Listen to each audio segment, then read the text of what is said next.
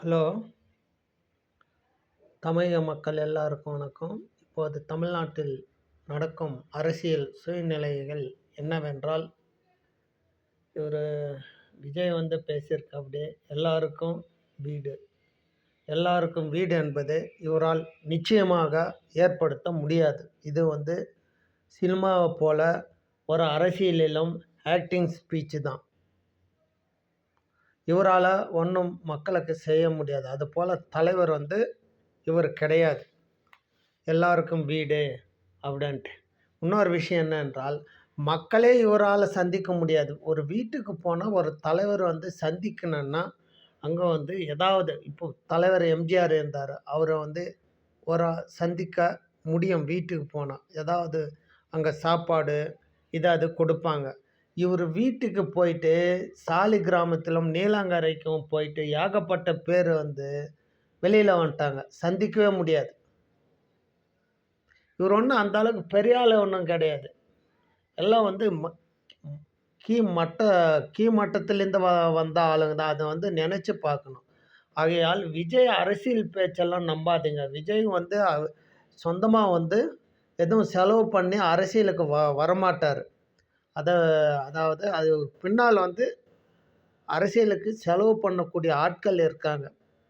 ஆகையால் விஜய் எந்த வகையிலும் தமிழ்நாட்டில் உள்ள மக்கள் அத்தனை பேரும் விஜயை நம்ப வேண்டாம். தயவு செஞ்சு விஜய் நம்ப வேண்டாம். சரியாக தமிழ்நாட்டுக்கு தேவையான அரசியல்வாதி ஜெயலலிதா அம்மையாருக்கு அடுத்து ஒரு வெற்றிடமாகவே உள்ளது. அந்த அம்மையார் எல்லா மக்களும் சரிசமமாக பார்த்துட்டு இருந்தாங்க. ஆனால் அந்த இடம் ஒரு மாபெரும் வெற்றிடமாக இருக்குது. அதான் ஜெயலலிதா அம்மையார் கூட நான் புகழ்ந்து பேச மாட்டேன். ஃபஸ்ட்டு 5 வருஷம் சசிகலானுடைய துணையினால் ஏகப்பட்ட தவறுகள் அந்த அம்மா பண்ணியிருக்காங்க. அது சசிகலாவினால் அந்த அம்மாவுக்கு ஏகப்பட்ட பிரச்சனைகள் உண்டாச்சு. சசிகலாவும் ஒரு தமிழ்நாட்டின் ஒரு பெரிய நச்சுக்கிருமி. சிறிய நச்சுக்கிருமி அல்ல சசிகலா. ஆகையால் நீங்கள் இந்த அம்மா முன்னேற்ற கழகம், அல்வா முன்னேற்ற கழகம், இந்த கழகம் அந்த கழகம்னு சொல்லிட்டு மக்களை யாரும் எந்த இதுக்கும் நம்பாதீங்க. இதெல்லாம் ஜாதி அரசியலை ஒழித்து கட்டு.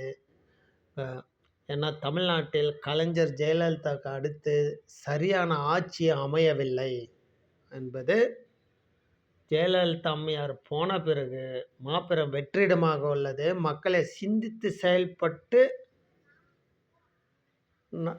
நடக்கணும். இப்போ தமிழ்நாட்டில் பிஜேபி லீடர்கள் கூட இருக்காங்க. அதில் எச் ராஜா, அண்ணாமலை சாரு இவங்கெல்லாம் கரெக்டான ஃபேக்டான நியூஸ் போடுவாங்க.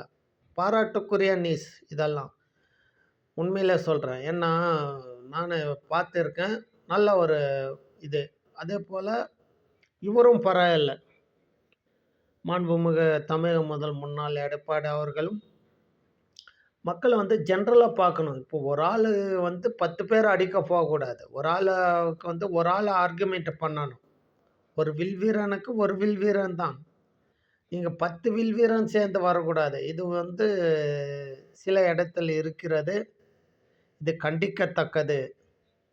ஆகையால் தமிழ்நாட்டு மக்களே சிந்தித்து செயல்பட்டு ஓட்டளியுங்கள்.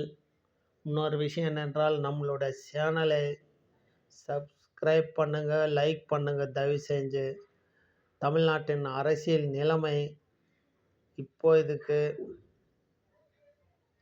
சிந்தித்து செயல்பட வேண்டிய சூழ்நிலைகள் இருக்கின்றது. நன்றி, வணக்கம்.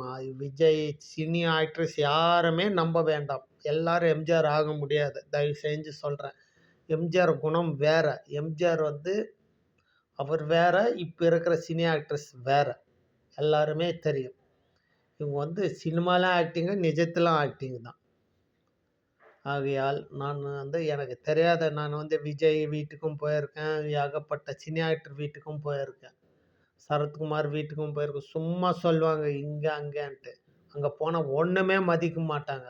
சரி, வெளியூர்லேருந்து வந்திருக்காங்களே, சாப்பிட்டியாப்பான்னு கூட கேட்க மாட்டாங்க. தயவு செஞ்சு. அந்த வகையில் திமுகவில் இருக்கும் திருச்சியில் நேரு அவர்கள் நாம் பாராட்ட வேண்டிய தலைவர். யார்தும் ஊழல் செய்யல. நான் கேட்குறேன் இன்னைக்கு. ஓபிஎஸ் ஊழல் செய்யலையா? சசிகலா ஒரு வீட்டு வேலைக்காரி. அந்த அம்மாக்கு எப்படி வந்தது இவ்வளோ பணம்? ஓபிஎஸ்க்கு எப்படி வந்தது இந்த அளவுக்கு பணம்? டிவி திட்டிருந்த ஆளு. டிடிவி தினகரனுக்கு எப்படி லண்டனில் ஹோட்டல் வந்தது? எல்லாம் மக்களுடைய பணம் தான். ஆனால் அங்கே ஆஃபீஸுக்கு போங்க, ஒருத்தரும் ஒரு சாப்பாட்டுக்கு கூட அரேஞ்ச்மெண்ட் பண்ண மாட்டாங்க. வெளியூர் ஆட்கள் துரத்து விடுவாங்க. அந்த வகையில் மாண்புமிகு திருச்சி தலைவர் நேரு அவர்கள் பாராட்டுக்குரிய தலைவர். தமிழ்நாட்டில் மக்கள் தலைவர் என்று நான் அவர் கூறுவேன். அவர் ஆஃபீஸ் போயிட்டு 2 முறை சாப்பிட்டு இருக்கிறேன். அதுக்கு நன்றி கடனாக சொல்கிறேன். எல்லா கட்சியிலும் தீயவர்கள் இருக்காங்க. இப்போ எங்கள் தொகுதி காட்பாடு துரைமுருகனை எடுத்துக்கிட்டால் கூட ரொம்ப கஞ்ச பேசினார். ஓப்பனாக சொல்கிறேன். ஆகையால் எல்லாருக்கும் அந்த குணம் வராது. எதுக்காக சொல்கிறேன்னா, எல்லாரும் ஏதோ சில பேர் மட்டும் ஊழல் பண்ணாங்க, மற்ற ஆளுங்கள்லாம் நிரபராதன்னு சொல்ல முடியாது. எல்லாருமே ஊழல் செஞ்சவங்க தான். அந்த வகையில் அந்த அம்மையார் தூய்மையான ஆட்சியை கொடுக்கணும்னு நினைச்சாங்க. கூட இருந்த ஆட்கள் இந்த சசிகலா குடும்பம் தமிழ்நாட்டுக்கு ஒரு நச்சு கிருமியாக, ஒரு விஷக்கிருமியாக மாறிட்டாங்க. அதுக்கு ஜால்ரா போட்டவர் ஓபிஎஸும் கூட.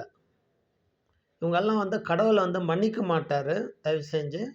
ஆகையால் நீங்கள் எல்லாம் சிந்தித்து செயல்பட்டு வாக்களியுங்கள். இப்போது இருக்கிற சூழ்நிலையில் எல்லாரும் ஊழல் செய்யக்கூடிய ஆட்கள் யாரும் எம்ஜிஆர் மாதிரியெல்லாம் வர முடியாது. எம்ஜிஆரும் சரி, இந்த ஜெயலலிதா அம்மையார் கடைசி 5 வருட ஆட்சியை கடைசி 5 வருட ஆட்சி பாராட்டுக்குரிய ஆட்சி. யார் என்னுடைய எதிரியே கூட நான் பாராட்டுவேன் கரெக்டாக இருந்தால். அதுபோல் நன்றி, வணக்கம். நம்மளோட சேனலை எல்லாரும் லைக் பண்ணி சப்ஸ்கிரைப் பண்ணுங்கள். நன்றி, வணக்கம்.